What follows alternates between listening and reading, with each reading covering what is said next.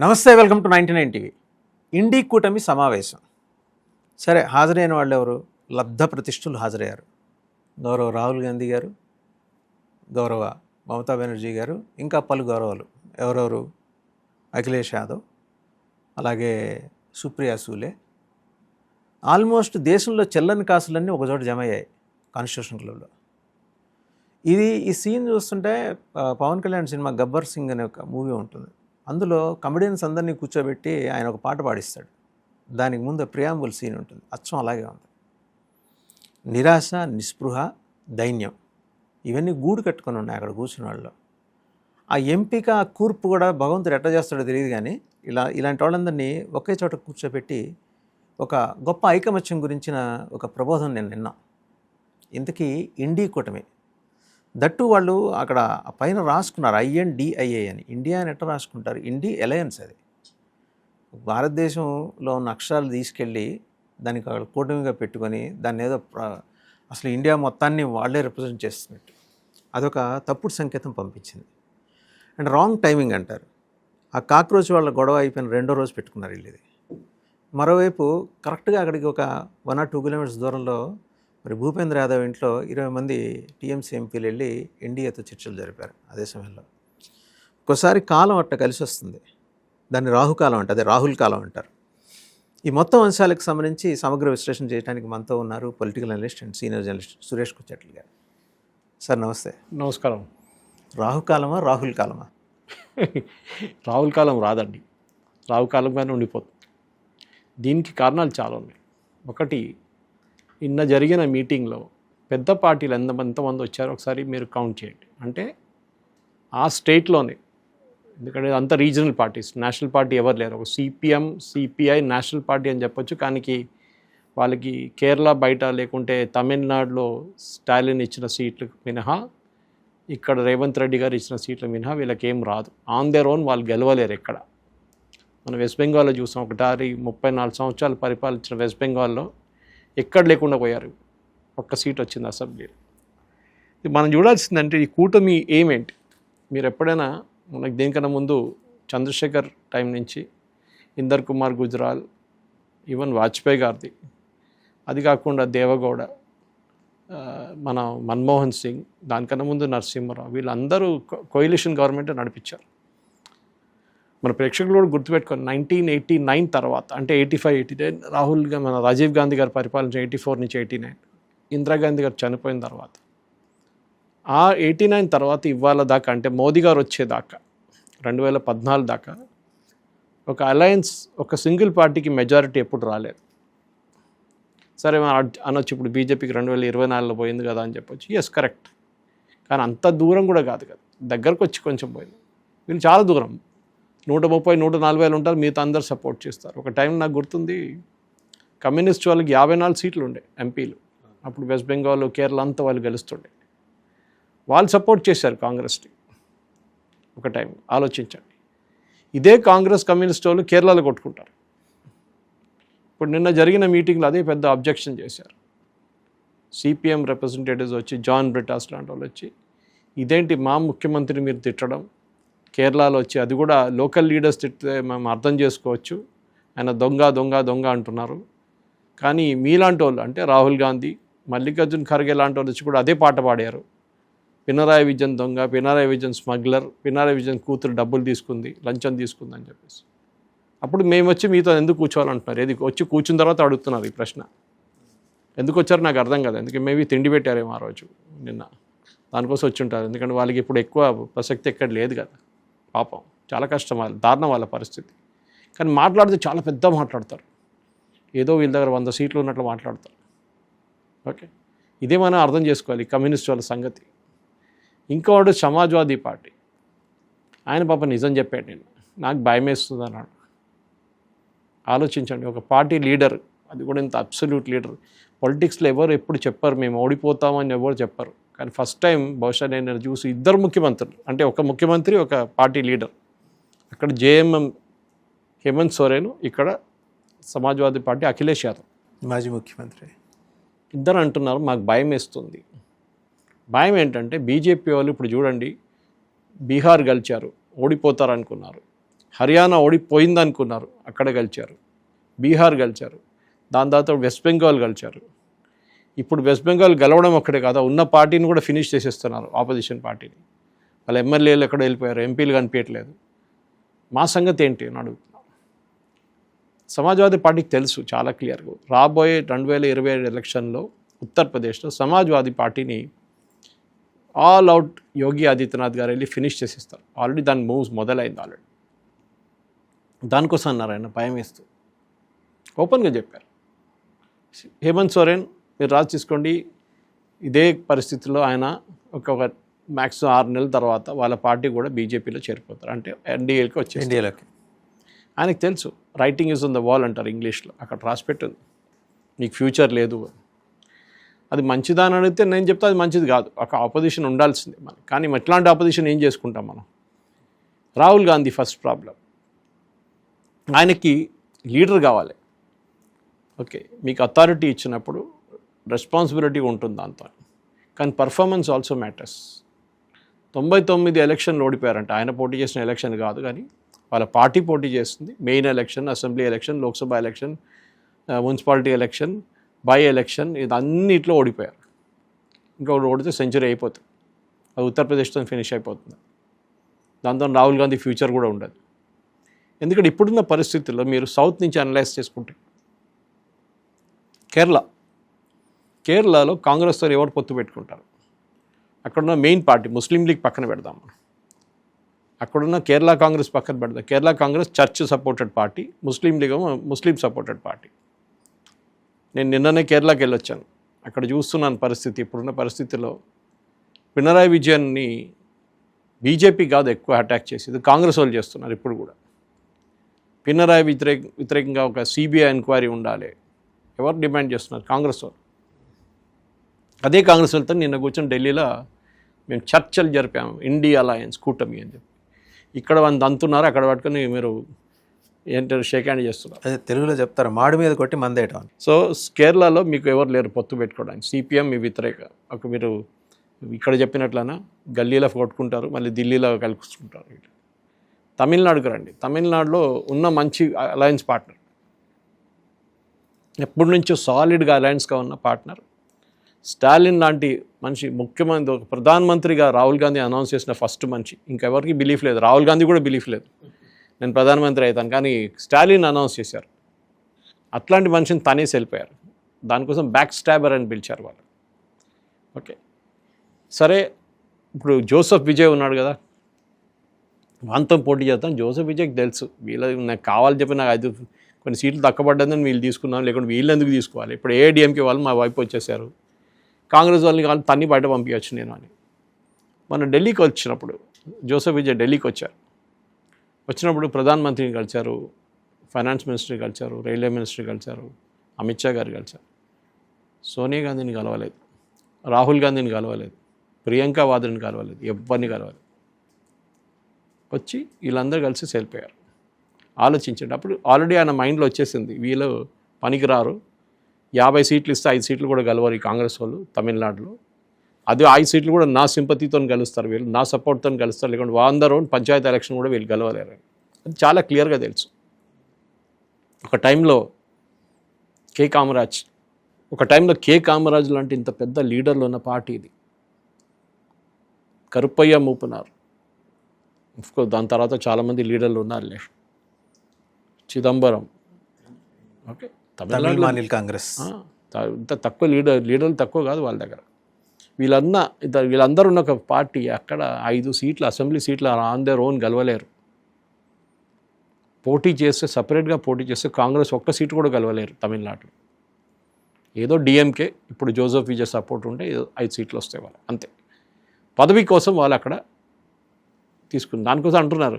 నేను DMK spokes person చూశాను ఇంకో ఛానల్లో ఇవాళ, అన్నది అదే అంటున్నాడు, ఈ బ్యాక్ స్టాబర్ కాంగ్రెస్ వాళ్ళు ఈ మంత్రి పదవి కోసం జోసెఫ్ విజయ్ దగ్గర వెళ్ళి సపోర్ట్ తీసుకున్నారు. ఎందుకు మేము ఇవ్వలేదని చెప్పేసి.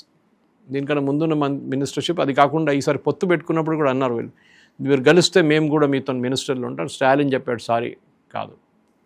ఇన్ఫ్యాక్ట్ రాహుల్ గాంధీ స్టాలిన్తో ఒక్క మీటింగ్ కూడా జరపలేదు ఎంటైర్ ఎలక్షన్ క్యాంపెయిన్లో, ఒక్క మీటింగ్లో పార్టిసిపేట్ చేయలేదు. అక్కడే మీకు తెలిసిపోతుంది వీళ్ళు నడిమిట్లాగా ఉన్న క్రాక్ అది.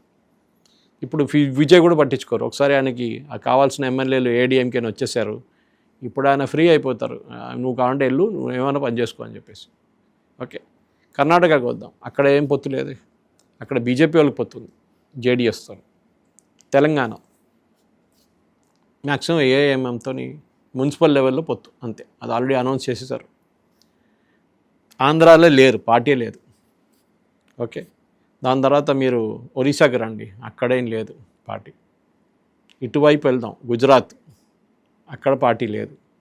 మహారాష్ట్రలో ఉంది, పొత్తు ఉంది. ఏముంది? Uddhav Thackeray and NCP Sharad Pawar. NCP Sharad Pawar అనే పార్టీ ఇప్పుడు అసలు ఏం లేదు. సుప్రియా సూలే ఉంది. ఆమె కూడా అసలు ఇంట్రెస్ట్ లేదు. ఆమె నేషనల్ లెవెల్లో చూసుకుంటుంది, ఆమెకు స్టేట్ లెవెల్లో అసలు ఏం లేదు. ఉన్న ఒక పెద్ద మనిషి ఆయన అక్కడి నుంచి వెళ్ళిపోయింది, ఇంకో పార్టీ పెట్టుకున్నాడు, ఆయన కూడా పోయిట్. ఇప్పుడు అజిత్ పవార్, ఇప్పుడు ఆయన కూడా లేరు.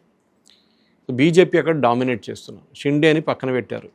మనం మున్సిపల్ ఎలక్షన్ చూసా ఏం చేశారని, పక్కన పెట్టేశారు అంతే. ముంబై మేయర్ కూడా గుంజుకున్నారు బీజేపీ. సో అక్కడున్న పరిస్థితితో ఉద్ధవ్ థాక్రే ఢిల్లీ కూడా రాలేడు, ఆన్లైన్ పార్టిసిపేట్ చేశారు. ఆయన చాలా పెద్ద మంచి ఆయన ఢిల్లీకి రావడానికి టైం లేదు, అంత బిజీ ఆయన. అప్పుడే తెలిసిపోతుంది మీకు ఎంత ఇంపార్టెన్స్ ఇస్తున్నాడని ఉద్ధవ్ థాక్రే. దాని తర్వాత మధ్యప్రదేశ్కి వద్దాం, లేదు, అక్కడ లీడర్లే లేరు. కమల్నాథ్ ఒకరు ఉన్నారు, ఆయన పాపం పక్కన పెట్టారు. ఛత్తీస్గఢ్ అజిత్ జోగి ఉన్న టైంలో అప్పుడేదో ఉండే, ఇప్పుడు లేదు. దాని తర్వాత మీరు ఒడిశా మాట్లాడుకున్నాం మనం. ఉత్తరప్రదేశ్కి రండి, సమాజ్వాదీ పార్టీ. మధ్యప్రదేశ్ తర్వాత అన్నిటికంటే పెద్ద ఒక హోప్ ఉన్నది ఉత్తరప్రదేశ్. అక్కడ లాస్ట్ టైం లోక్సభ ఎలక్షన్లో బాగా పర్ఫామ్ చేశారు. ఎందుకంటే అది కాంగ్రెస్ కాదు, సమాజ్వాదీ పార్టీ సపోర్ట్, వాళ్ళ Muslim vote bank, Yadav vote బ్యాంక్తో. ఈసారి చాలా క్లియర్. మన మాయావతి అయితే కనిపించట్లేదు, ఎక్కడ పోయింది తెలియదు, కానీ మాయావతి లేదు ఇప్పుడు. ఆమె ఓట్లు జాతవ్ ముస్లిం ఓట్ బ్యాంక్ ఆమె కూడా ఉండే ఒక టైంలో. అది చాలా మటుకు లాస్ట్ లోక్సభ ఎలక్షన్లో వీళ్ళకి వచ్చేస్తుంది, సమాజ్వాదీ పార్టీ కాంగ్రెస్కి వచ్చింది. ఈసారి అఖిలేష్ యాదవ్ అంటున్నారు నాకు భయం వేస్తుంది అంటున్నారు. అంటే Yogi Adityanath election campaign already మొదలుపెట్టేశాడు. క్యాండిడేట్ సెలక్షన్ స్టార్ట్ అవుతుంది, 2027లోనే ఉంది election. And Nitin Nabin BJP chief కూడా చాలా క్లియర్గా అనౌన్స్ చేశారు, election will be fought under Yogi Adityanath. Usually ప్రధాన మంత్రి లేకుంటే హోమ్ మినిస్టర్ అని చెప్తారు, చాలా క్లియర్. దాని తర్వాత మనం పక్కన బీహార్కి వెళ్దాం. అక్కడ తేజస్వితో పొత్తుందంటే ఉంది, కానీ నిన్నైతే నాకైతే కనిపించలేదు. ఉన్నాడా? ఉన్నాడు. ఓకే, ఆయనకి పాపం వీళ్ళ మీద అసలు ట్రస్ట్ లేదు. లాస్ట్ ఎలక్షన్లో ఎట్లా ముంచారో ఆయనకు తెలిసిపోయింది. అండ్ కనీసం ఈయన వెళ్తే మాట్లాడటానికి టైం లేదు కదండి, ఢిల్లీ వెళ్తే. అది వీళ్ళ ముగ్గురు వ్యతిరేకంగా కేసు ఉండే, ఏది తేజస్వి యాదవ్ వాళ్ళ నాన్నగారు అమ్మగారు వ్యతిరేకంగా ఐఆర్సిటీసీ స్కామ్లో ఒక కేసు ఉండే, ఛార్జ్ షీట్ ఉండే. దాన్ని ఛార్జ్ షీట్ హియరింగ్కి వచ్చారు ఢిల్లీకి. అది బీహార్ ఎలక్షన్ కన్నా ఒక నెల ముందు. సో ఇట్లానే ఢిల్లీకి వచ్చాం కదా, రాహుల్ గాంధీతో మాట్లాడదామని చెప్పి అపాయింట్మెంట్ అడిగారంట. ఆలోచించి, చాలా పెద్ద మంచి రాహుల్ గాంధీ, అపాయింట్మెంట్ తీసుకోవాలి మీరు.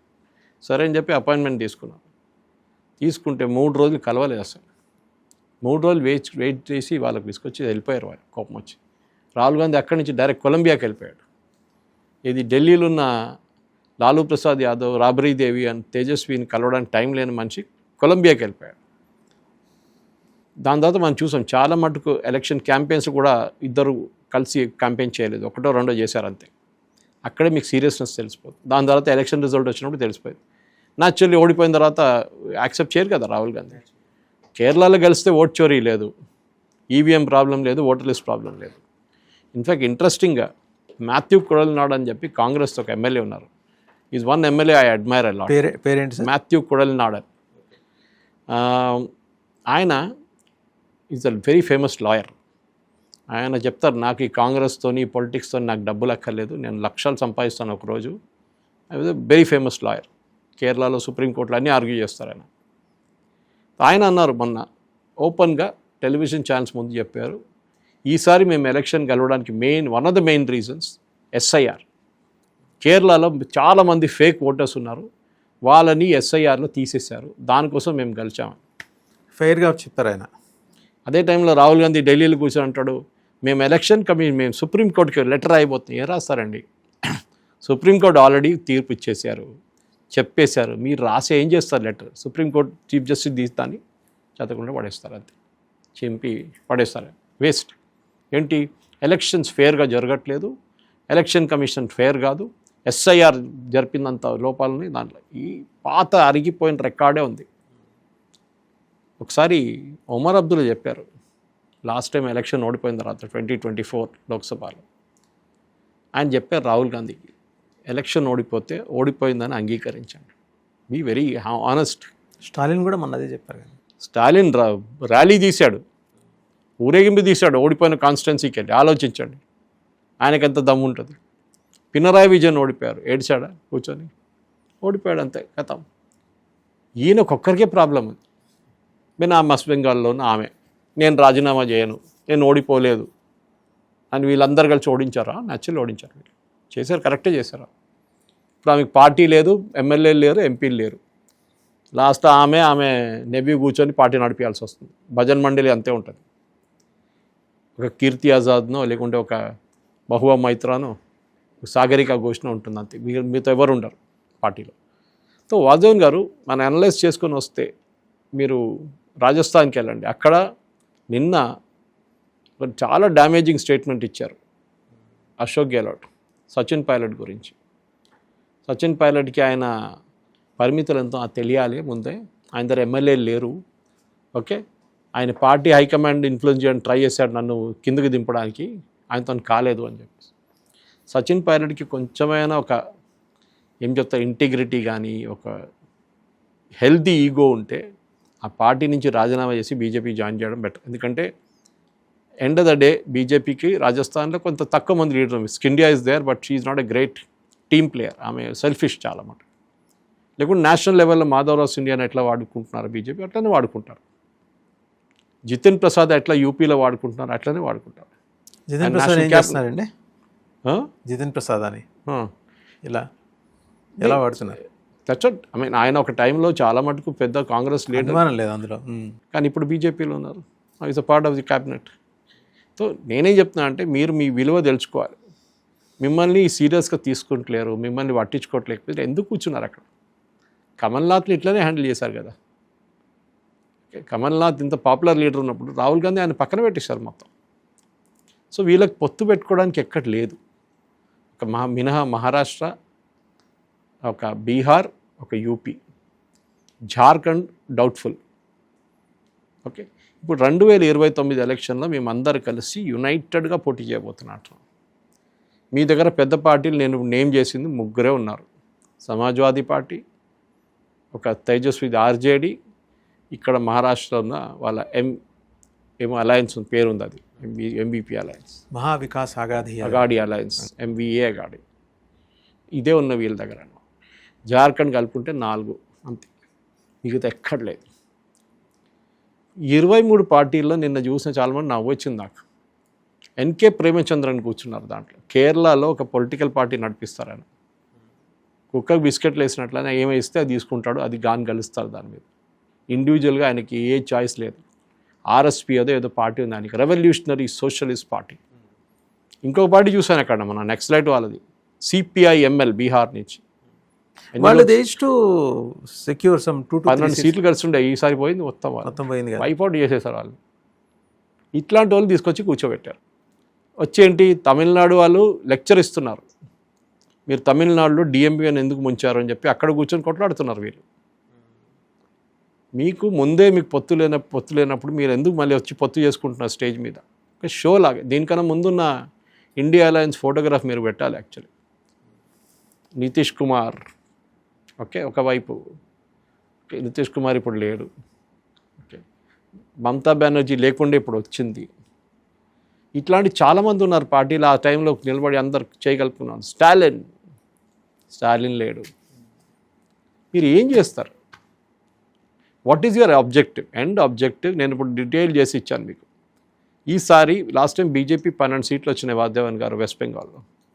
మీరు అనలైజ్ చేయండి. ఈసారి వచ్చిన అసెంబ్లీ ఎలక్షన్ రిజల్ట్ తీసి దాన్ని లోక్సభగా కన్వర్ట్ చేస్తే బీజేపీకి అక్కడున్న 39లో మినిమం 36 సీట్లు వస్తాయి.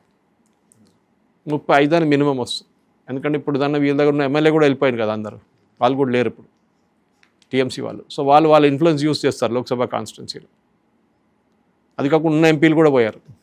అది ఇంకోటి 20 మంది కలిసారంట లోక్సభ స్పీకర్. తో ఇప్పుడున్న 12 స్థానాలు బీజేపీ పెంచి దాన్ని 35 తీసుకొచ్చారనుకోండి, దట్ ఈస్ 22, 32 + 35 అంటే 23 సీట్లు ఎక్కువ. లాస్ట్ టైం బీజేపీకి వచ్చిన 240 plus 23 263. Okay, next come to బీహార్లో 2/3 కొట్టేశారు. అక్కడి నుంచి ఉన్న మ్యాక్సిమం సీట్లు బీజేపీ తీసుకెళ్ళిపోతారు. లాస్ట్ టైం ఆర్జేడీ కాంగ్రెస్ కొన్ని సీట్లు వచ్చినాయి, మెజారిటీ క్రాస్ అయిపోతుంది. దాని తర్వాత మహారాష్ట్ర లాస్ట్ టైం ఓడిపోయిన 3 పెద్ద స్టేట్స్ ఇవి. అఫ్కోర్స్ ఉత్తరప్రదేశ్ కూడా ఉందనుకో. ఇక్కడి నుంచి మినిమం వాళ్ళకి ఇప్పుడున్న పొలిటికల్ లీనింగ్ అంతా పోయిన తర్వాత ఇక్కడ నుంచి మినిమం 12 నుంచి 16 సీట్లు ఎన్డీఏకి వస్తుంది. బీజేపీ అని చెప్పట్లేదు, ఎన్డీఏకి వస్తుంది. 380, 85, 390 దాకా వచ్చేస్తుంది. ఉత్తరప్రదేశ్ లాస్ట్ టైం అన్నిటికంటే బీజేపీకి చాలా మటుకు తక్కువ సీట్లు రావడానికి కారణం, మెజారిటీ ఆన్ ఇట్స్ ఓన్ రావడానికి కారణం కోల్పోయిన సీట్లు అక్కడి నుంచి, యూపీ నుంచి. అక్కడి నుంచి మినిమం ఈసారి బీజేపీ పెంచి ఇంకొక 16 సీట్లు తీసుకుంటే బీజేపీకి 310-15 దాకా వెళ్ళిపోతారు. మళ్ళీ వీళ్ళు ఏం పొత్తండి నాకు అర్థం కాదు. కేరళలో లాస్ట్ 2 ఎలక్షన్లో సిపిఎం గెలిచినా కానీ, లోక్సభ అలా అసెంబ్లీ గెలిచినా కానీ 2 సార్లు గెలిచారు పినరాయి విజయన్. లోక్సభకు వచ్చేటప్పుడు 1 సీటు మినహా మొత్తం కాంగ్రెస్ తీసుకెళ్ళిపోయారు. అంటే అక్కడున్న యూడిఎఫ్, ముస్లిం లీగ్, కేరళ కాంగ్రెస్ అన్నీ కలిపి. ఈసారి అదే 19 వస్తుందంటే రావచ్చు, కానీ బీజేపీ చాలా స్ట్రాంగ్ పర్ఫార్మెన్స్ పెడతారు. అక్కడ కమ్యూనిస్ట్ వాళ్ళకి 1-2 ఎక్స్ట్రా సీట్లు రావచ్చు ఈసారి, అంతే. తమిళనాడు పోయింది, తమిళనాడులో రాదు వీళ్ళకి. జోసెఫ్ విజయ్ కాదు, ఇంకెవరిని పెట్టుకుంటే కూడా కాంగ్రెస్కి ఓటేయారు. అక్కడ మీరు ఎక్కడి నుంచి ఓటు తీసుకొస్తారు? తెలంగాణలో ఉన్న 19 సీట్లు ఒకటైతే ఎంఐఎంకి పక్కన పెట్టేశారు, అది వాళ్ళ ఫ్యామిలీ ప్రాపర్టీ, చార్మినార్ పార్టీ వాళ్ళది. లాస్ట్ టైం బీజేపీ 8, వాళ్ళు 8 గెలిచారు 17 సీట్లలో.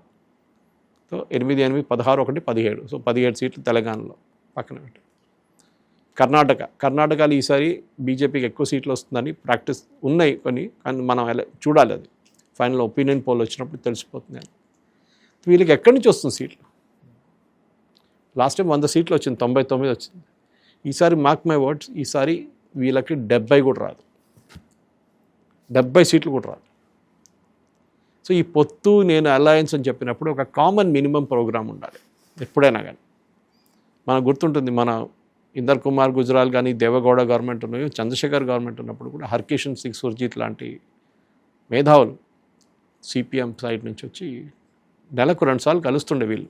Even that time LK Advani was a part of it, alliance. కూర్చొని మాట్లాడుతుండే, కామన్ మినిమం ప్రోగ్రామ్ చేశాం, దాని ప్రోగ్రెస్ ఎక్కడ దాకా వచ్చింది. చాలామందిని ఆయన కన్విన్స్ చేశారు, రామ్ విలాస్ పాస్వాన్ వాళ్ళందరూ they use to listen. Advani గారిని వినేవాళ్ళు వాళ్ళు చెప్తే. సో కామన్ మినిమం ప్రోగ్రామ్ లేదు, ఒకటే common minimum programme. Yes, Modi గారిని దింపాలి, మోదీ గారు ఎలక్షన్ గెలవకూడదు, బీజేపీ ఎలక్షన్ గెలవకూడదు. 2000 వాళ్ళకి తెలిసిపోయింది 2029 గెలుస్తారు, దానికోసం కలిసి వచ్చారు ఇప్పుడు అందరూ. ఓకే, ఇది వీళ్ళ ఒకటే సింగిల్ స్ట్రాటజీ వాదేవన్ గారు, ఇంకేం లేదు. వీళ్ళు వచ్చి 23 అని చెప్తున్నారు కదా, మళ్ళీ నేను ఛాలెంజ్ చేస్తున్నా, 23లో నేషనల్ పార్టీలు ఎన్ని ఉన్నాయి చెప్పండి. 2 ఉంటాయి maximum, CPI, CPM, that is, and Congress. మిగతా అందరు రీజనల్ పార్టీస్. ఆ రీజనల్లో పెద్ద పార్టీలు 2, ఒకటి శివసేన ఉద్ధవ్ థాకరే, ఇంకోటి సమాజ్వాదీ పార్టీ, ప్రాంతీయ పెద్ద పార్టీ, ఆర్జేడీ. 3. సుప్రియా సులే ఆమె వర్గం ఎంతమంది ఉండొచ్చు? వాళ్ళు అస్సలు ఏం రాదు ఈసారి వాళ్ళకి, they are wiped out literally. Uddhav Thackeray వర్గం అది వాళ్ళకి ముంబైలో కొంచెం హోల్డ్ ఉంది అంతే, వాళ్ళు మిగతా ముంబై బయట వాళ్ళకి ఏం హోల్డ్ లేదు. కొంకన్లో కానీ, విదర్భ కానీ, మరాఠవాడలో ఏం పట్టలేదు వాళ్ళకి. అక్కడ అట్లీస్ట్ కాంగ్రెస్ కానీ పట్టుంది, లాతూర్ లాంటి ప్లేస్లో, విలాసరావు దేశ్ముఖ్ ఆ టైం నుంచి. ఇది సో వీళ్ళ పొత్తు అనేది ఇట్స్ జోక్. ఎందుకంటే వాదేవన్ గాంధీ దీనికన్నా ముందు కూడా నేను చెప్పాను, పాలిటిక్స్ అనేది పార్ట్ టైం జాబ్ కాదు. రాహుల్ గాంధీకి పార్ట్ టైం జాబ్ అయిపోయింది. మొన్న కరణ్ థాపార్ ఒక ఇంటర్వ్యూ చేశారు, మీరు చూసుంటారు, రామచంద్ర గుహాతో. చూసేసాను, నాకు అడిగేశాడు గుహ. నేను ఫస్ట్ అది విన్నది కరెక్టా లేదా అని చెప్పి నాకు కూడా డౌట్ వచ్చింది. ఎందుకంటే రామచంద్ర గుహ అనే మనిషి నెహ్రూ ఫ్యామిలీకి రోజు దండం పెడతారు పొద్దున్న లేసి, వీర్విధేయ్ భజన్ పాడతారు ఆయన. అట్లాంటి మనిషి మన ఇంటర్వ్యూలో అంటున్నాడు, Rahul Gandhi is unfit to be the prime minister. ఆ 3 రీజన్స్ చెప్పమంటున్నాడు. అదంటే ఓకే, ఎందుకు ప్రైమ్ మినిస్టర్ కావాలి 3 రీజన్స్ చెప్పండి. ఆయన ఒక క్రైసిస్ గురించి మాట్లాడారు. ఇప్పుడు జరుగుతున్న వెస్ట్ ఏషియన్ క్రైసిస్లో ఈ ఎల్పిజి కానీ పెట్రోల్ ఫ్యూయల్ ప్రైసెస్ని Rahul Gandhi cannot handle that crisis. Modi handle చేశాడు చాలా బాగా అంటారు. నాకు అడిగాను, నేను ట్వీట్ చేశాను, ఈ నెల డబ్బులు రాలేదా రాహుల్ గాంధీ దగ్గర నుంచి అని. అంటే ప్రతి నెల పంపిస్తారు కదా వైరు స్క్రాల్ ఇట్లాంటి వాళ్ళకి, ప్రింట్ క్యారవన్ లాంటి వాళ్ళకి. ఈ నెల రాలేదేమో పాపం, దానికోసం ఆయన ఇట్లా అప్సెట్ అయిపోయాడు. కానీ వాళ్ళకు కూడా తెలిసిపోయింది దట్ హీజ్ అ లయబిలిటీ. కానీ మన దగ్గర కొంతమంది ఉన్నారు రాహుల్ గాంధీ భజన పాడేవాళ్ళు. ప్రధానమంత్రి మోదీ పేరు పెట్టిన దానికి ఆబ్జెక్ట్ చేసి, ఏది పిఎం శ్రీ అని పెట్టంగానే ఆబ్జెక్షను, ప్రధానమంత్రి ఆవాస్ యోజన పెట్టంగానే దాన్ని ఆబ్జెక్షన్ ఇచ్చిన మనుషులు ఇక్కడ ఇందిరాగాంధీ పేరు పెట్టి ప్రోగ్రాం నడిపిస్తున్నారు. కర్ణాటకలో కూడా ఉంది. దానికి ప్రాబ్లం లేదా? మనుషుల్ని మీరు ఒక హ్యూమన్ బీయింగ్ పేరు పెట్టకూడదు.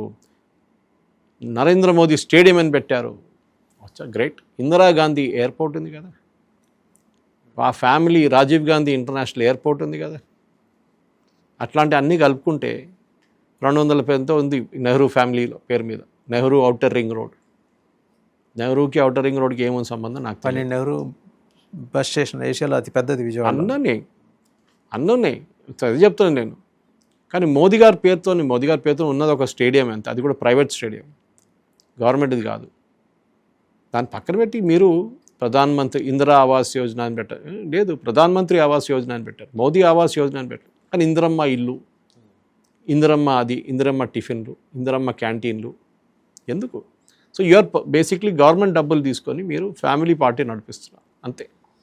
లక్కీలీ ఏంటంటే బీజేపీకి రాహుల్ గాంధీ ఉండాల్సిందే. రాహుల్ గాంధీ పోయి ఇంకెవరైనా వస్తే డేంజర్ యాక్చువల్లీ. ఎందుకంటే ఆయన కష్టపడి పనిచేస్తారు. మొన్న జరిగిన దాంట్లో మీరు చూసుంటారు, ఈ కర్ణాటక ఇష్యూ వచ్చినప్పుడు 3 రోజులు శివకుమార్ గారు ఢిల్లీలో ఉన్నారు రాహుల్ గాంధీని కలవడానికి, కన్విన్స్ చేయడానికి. కలవలేదు, అపాయింట్మెంట్ ఇవ్వలేదు. ఆలోచించండి, నో అన్నారంట. అంటే మీరు ప్రధానమంత్రిని కలవచ్చు, పాసిబుల్ అపాయింట్మెంట్ తీసుకుంటే ఆయన ఇస్తుండేమో బహుశా. కానీ రాహుల్ గాంధీ ఇవ్వడు అపాయింట్మెంట్. లాస్ట్ ఆయనకు విసుకొచ్చి ప్రియాంక వాద్రాకు ఫోన్ చేసి వెళ్ళి కలిశాడంట. ఆమె సార్ట్అవుట్ చేసింది ఇష్యూ.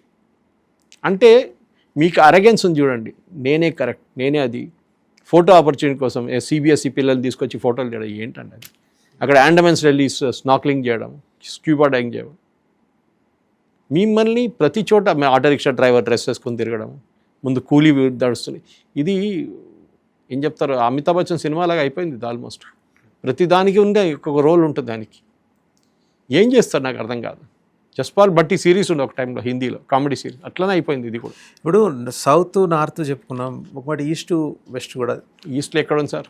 అస్సాం మొత్తం తీసుకెళ్ళిపోయారు, అస్సాంలో లేదు. ఓకే, వెస్ట్ బెంగాల్ మనం మాట్లాడుకున్నాం. Odisha if you consider part of east, that is also gone. ఒక జార్ఖండ్ ఒకటే మిగిలింది, మిగతా అంతా చిన్న చిన్న స్టేట్స్. అక్కడ కూడా బీజేపీ వాళ్ళు ఉన్నారు. ఇదేం చెప్తున్నాను, గుజరాత్ వైపు వెళ్ళండి, అక్కడ లేదు, అక్కడ వైపౌట్ అయిపోయారు. ఇవాళ రేవంత్ రెడ్డి గారు చాలా ఒక డ్యామేజింగ్ స్టేట్మెంట్ ఇచ్చారు. గుజరాతీ గులాములు వీళ్ళు ఉన్నారు బీజేపీ, వాళ్ళని గులాములు నడిపిస్తున్నారు, గుజరాతీ గులాములు బీజేపీని నడిపిస్తున్నారని చెప్పి. It's a huge damaging statement. ఎందుకంటే మీరు గుజరాతీ కమ్యూనిటీని తిట్టారు, రేపు వాళ్ళు మీకోసం ఏం ఓటేస్తారు? వాళ్ళు ఇక్కడున్న వాళ్ళు వేయరు, గుజరాత్ వాళ్ళు పెద్ద కమ్యూనిటీ ఉంది ఇక్కడ. వాళ్ళు గుజరాత్లో అసలు వేయరు. ఇదే స్టేట్మెంట్ అప్పుడు మీరు బీహారీల గురించి తమిళనాడు పొలిటీషియన్స్ మాట్లాడినప్పుడు వాడుకున్నారు. బీహారీలు వచ్చి మా టాయిలెట్ అడుగుతారని చెప్పి తమిళనాడులో డిఎంకే వాళ్ళు చెప్పినప్పుడు అదే స్లోగన్స్ అక్కడ వాడుకున్నారు. రేవంత్ రెడ్డి గారు కాంగ్రెస్ అయితే ముసల్మాన్ వాడుకున్నారు వీళ్ళు వెస్ట్ బెంగాల్లో, బీహార్లో కూడా వాడుకున్నారు. ఇది చాలా పెద్ద తప్పు. You cannot accuse a community of it. Revanth Reddy గారిని ఎవరు అడ్వైజ్ చేస్తున్నారు, కానీ ఆయన ఎప్పుడు కేర్ఫుల్ ఉండాలి. అది కాకుండా ప్రెసిడెంట్ ఆఫ్ ఇండియా అని మీరు ఒక పొలిటికల్ డిబేట్లో ఎప్పుడు తీసుకురాకూడదు. తీసుకొచ్చి అది కూడా president of India is from north India అంట. నాకు అర్థం కాదు, ఒడిశా ఇప్పుడు నార్త్ ఇండియా అయిపోయిందండి. అది ఈస్ట్ కదండి. Prime minister is from north India అంట. ఎందుకు? వారణాసి నుంచి గెలిచారనా ఆయన? గుజరాత్ నుంచి ఆయన. కానీ వైస్ ప్రెసిడెంట్ గురించి మాట్లాడలేదు, ఫైనాన్స్ మినిస్టర్ గురించి మాట్లాడలేదు, ఫారిన్ మినిస్టర్ గురించి మాట్లాడలేదు. వీళ్ళందరూ సౌత్ ఆఫ్ ఇండియా నుంచి కదా. ఏదో వీళ్ళు చెప్తున్నట్లు అనిపిస్తుంది, వీళ్ళ కాంగ్రెస్ హయాంలో అందరూ సౌత్ ఇండియా నుంచి ప్రధానమంత్రి అయ్యారని చెప్పి. ఒక నరసింహరావు మీనా. ఇది మనం గుర్తుపెట్టుకోవాలి. ఈ నార్త్ ఇండియన్స్ తిట్టడంతోనే కాంగ్రెస్ ఓట్లు పోయినాయి చాలా మటుకు. ఎందుకంటే వాళ్ళు విడవరు మిమ్మల్ని. మేము ఒక రూపాయి ఇస్తే మాకు 14 పైసలు వస్తాయి, వాళ్ళకి 5 రూపాయలు వస్తున్నాయి. You are the same planning. Finance commission was there before also. This is 16th finance commission. మీరు 5th ఫైనాన్స్ కమిషన్ తీయండి, 6th ఫైనాన్స్ కమిషన్ చేయండి. ఎందుకు మన్మోహన్ సింగ్ టైంలో ఉన్న ఫైనాన్స్ కమిషన్ తీసి వాళ్ళు బీహార్కి ఎంత ఇచ్చారు, యూపీకి ఎంత ఇచ్చారని చూడండి. తెలంగాణ ఇదే సేమ్ రేషియో నడుస్తుంది. అక్కడిక్కడ కొంచెం మైనర్ పాయింట్స్ ఉంటుంది. ఎందుకంటే అండర్ డెవలప్డ్ స్టేట్స్కి డబ్బులు ఇవ్వడం అనేది ఉంటుంది. అది కూడా మాట్లాడడం ఉండదు. నిన్న అడగాలండి ఎవరైనా ప్రశ్న రాహుల్ గాంధీ దగ్గర, ఏమండి మా బీహార్ వాళ్ళు తిడుతున్నారు, మా యూపీ వాళ్ళు తిడుతున్నారు మీ సౌత్ నుంచి, మీకేం చెప్పాలండి? రేపు ఏం మొక్క చూపిస్తారు మీరు ఎలక్షన్కి వెళ్ళినప్పుడు? అక్కడున్న లోకల్ వాళ్ళు అడుగుతారు, బీజేపీ వాళ్ళు కాబట్టి ఇదే వీడియో చేస్తారు దీన్ని, గుజరాతీ వాళ్ళు తిడుతున్నారు. So it's not correct. So అలయన్స్గా ఉన్నప్పుడు మీరు you should be very careful. Balancing act. మీరు కొన్ని దేశాల్లో అలయన్సే ఉంటుంది. ఇజ్రాయెల్ ఫర్ ఎగ్జాంపుల్, అక్కడ ఒక పార్టీకి మెజారిటీ రాదు, వాళ్ళ దగ్గర జరగలేదు, చాలా తక్కువ. అలయన్స్లో మెయింటైన్ చేసుకోవాలి. ఈవెన్ నౌ బెంజమిన్ నెటన్యాహు ఒక సైడ్ అంటారు బాంబు వేయాల్సిందే అంటాడు, ఇంకో సైడ్ నుండి వద్దు ఇప్పుడు వేయొద్దు అంటారు. ఈయన నిర్ణయం తీసుకోవాల్సి వస్తుంది. ఇప్పుడు లక్కీలీ వాళ్ళందరూ అంటున్నారు బాంబు వేయాలని చెప్పి ఇరాన్ మీద. దిస్ ఇస్ లీడర్షిప్ అన్నమాట. సో మీరు అలయన్స్ నడిపించుకోవాలి. ఎట్లా నడిపించుకోవాలంటే మోదీ గారి దగ్గర నేర్చుకోవాలి. ఫస్ట్ టైం బీజేపీ మెజారిటీ వచ్చినప్పుడు ఎన్డీఏ ఉండే, it was not BJP government. వాళ్ళకే మెజారిటీ వచ్చింది. సెకండ్ టైం 300 క్రాస్ అయినప్పుడు కూడా ఎన్డీఏ ఉండే. వాళ్ళ దాంట్లో కూడా చిన్న చిన్న పార్టీలు ఉన్నారు చాలామంది. వాళ్ళు చాలా బాగా మెయింటైన్ చేసుకున్నారు. మతువా కమ్యూనిటీ వెస్ట్ బెంగాల్లో బంగ్లాదేశ్ నుంచి పారిపోయి వచ్చిన మతువా కమ్యూనిటీకి ఒక రిప్రజెంటేటివ్ ఉన్నారు యూనియన్ క్యాబినెట్లో, వెస్ట్ బెంగాల్ నుంచి కలిసిన మనిషి. ఎందుకు ఇస్తారు? ఎందుకు ఇవ్వాలి? ఇచ్చారు. That is how it is. Apna party కానీ, అనుప్రియ పటేల్ కానీ, ఇట్లాంటి చాలామందిని వాళ్ళు మెయింటైన్ చేసుకుంటారు క్యాబినెట్లో. కుమారస్వామి, ఓకే, రామ్దాస్ అథావలే, ఆయనకి ఎంత ఒక సీట్ అంత ఉంది అంతే. ఇది you should know how to carry along your alliances. మీరు ఒక జమీందారీ సిస్టమ్ లాగా నేనే కూర్చుంటాను, నేనే రాజు అంటే వాడు ఎవ్వడు పట్టించుకోను. మేము స్పెషల్ ఎలక్షన్ మార్పు ఏం రాలేదు కదా సార్. నిన్న చూస్తుంటే రాహుల్ గాంధీలో ఎలాంటి మార్పు కనపడలేదు. ఏం లేదు. వరుసగా ఒక్కసారి ఫేసెస్ అన్నీ చూడండి, సుప్రియా సూలే, తర్వాత ఏమో అఖిలేష్ యాదవ్, కలవడానికి కల్చర్ అంతే అండి, అంతే. ఇప్పుడు నెక్స్ట్ మీటింగ్ హైదరాబాద్లో పెడదాం, ఎందుకంటే ఎవడో చెప్పండి ఏంటి సంవత్సరంలో ఒకసారి కలుసుకుంటే అయిపోతుంది అంటే నెక్స్ట్ మీటింగ్ హైదరాబాద్లో పెడదాం. దాంట్లో 23 ఉంటుందో, 21 ఉంటుందో, 20 ఉంటుందో అది చూడాల్సి వస్తుంది. కాకపోతే మమతా బెనర్జీ ఉన్న ఎమ్మెల్యేలు అందరూ వెళ్ళిపోతారు. ఆమె అంటూ నేను వచ్చి నేనేం చేసుకుంటాను ఇప్పుడు అని. ఆయనేమో ఆమె ఒక టైంలో చెప్పింది నేను I will be the leader of the India alliance అని. ఆయన భయపడ్డాడు పాపం రాహుల్ గాంధీ, నా సంగతి ఏమైపోతుంది, నాకున్న పదవి ఒకటే, అది కూడా పోతే నేనేం చేసుకుంటాను, మా పార్టీలో ఎవరు పట్టించుకోవట్లేదు నన్ను, ఓకే, మా సిస్టర్ డిసిషన్ తీసుకుంటుంది. ద రిలక్టెంట్ పాలిటీషియన్ ఆయన. రామచంద్ర గుహ వాజ్ కరెక్ట్. సేమ్ అలా నాన్నగారు లాగానే. నాన్నగారు కూడా ఆయనకు అస్సలు ఇంట్రెస్ట్ లేకుండే, ఆయన గుంజి తీసుకొచ్చారు సోనియా గాంధీ, ఎస్పెషల్లీ ఇందిరాగాంధీ దానికన్నా ముందు. సంజయ్ గాంధీ చనిపోగానే ఈయన్ని పాలిటిక్స్లో తీసుకొచ్చారు ఆమె. బట్ ఈ was the disaster in politics. సరే ఆయన చాలా మార్పులు తీసుకొచ్చాడు, కంప్యూటర్ తీసుకొచ్చాడు మన వాళ్ళు చెప్తున్నారు ఇప్పుడు, కానీ కంప్యూటర్ దానికన్నా ముందు ఇండియాలో ఉండే, ఓకే, అది సపరేట్ ఆర్గ్యుమెంట్. కానీ ఆయన చేసిన దాంట్లో మనకు తెలుసు బోఫోర్ స్కాండల్, ఏం జరిగింది బోఫోర్ స్కాండల్లో. సో ఇదంతా చాలా మటుకు ఉన్నాయి. ఆయన చేసిన మంచి పనికి చెడ్డ పని చాలా ఉన్నాయి. IPKF was one of the disasters of Rajiv Gandhi. So పొత్తు అనేది ఇండియా అలయన్స్ అని చెప్పేటప్పుడు నాకు ఇప్పుడు కూడా గుర్తు, అదే మళ్ళీ రిపీట్ చేస్తున్నాను. స్టేజ్లో నిలబడి వీళ్ళందరూ చేయగలిపి నిలబడ్డారు. శరద్ యాదవ్ ఉండే, ఓకే, నితీష్ కుమార్ ఉండే, డిఎంకే స్టాలిన్ ఉండే, ఇప్పుడు ఎవరు లేరు. నితీష్ కుమార్ ఏమో ఇప్పుడు ఎన్డీఏ వైపు వచ్చేసారు, శరద్ యాదవ్ లేరు, స్టాలిన్. కేరళలో ఇవాళ పినరాయి విజయన్ మీద నవ్వుతున్నారు సిపిఎం కాంగ్రెస్ వాళ్ళు. మీ లీడర్ చూడండి మా పక్కన వచ్చి కూర్చున్నారు నిన్న, గుర్తుపెట్టుకోండి అని చెప్పి, జాన్ బ్రిటాస్ లాంటి వాళ్ళు. They are not able to answer the questions in Kerala. మీరు ఎందుకు వెళ్ళారు మీటింగ్కి? మిమ్మల్ని ఇక్కడ దొంగ దొంగ అంటున్నాడు, చోర్ అంటున్నాడు, మీరు అక్కడ వెళ్ళి కూర్చున్నారు పినరాయి విజయన్ గురించి చెప్పినప్పుడు. మీరు ఎందుకు మీటింగ్, మీరు బాయ్కాట్ ఎందుకు చేయలేదని చెప్పి. సో నెక్స్ట్ మీటింగ్లో బహుశా సిపిఐ ఇద్దరు కనిపించారు. ఇది సంగతి వాసుదేవన్ గారు. There is no future for this alliance. Future లేని అలయన్స్ ఈ NDA alliance. India alliance, India correct కాదు, అది ఇండియా అలయన్స్. నేను ప్రస్తావన చేసేప్పుడు ఇండియా అలయన్స్ అని మాత్రమే చెప్తాను. సో INDI అంతే. ఎందుకంటే వాళ్ళకి తెలుసు ఎన్డీఏ అనేది చాలా సిమిలర్గా ఉంటుంది. వాళ్ళు ఎన్డీఏ అంటారు, మేము ఇండియా అంటామని. ఇదే వచ్చింది. రైట్ సురేష్ గారు, థ్యాంక్ యూ వెరీ మచ్.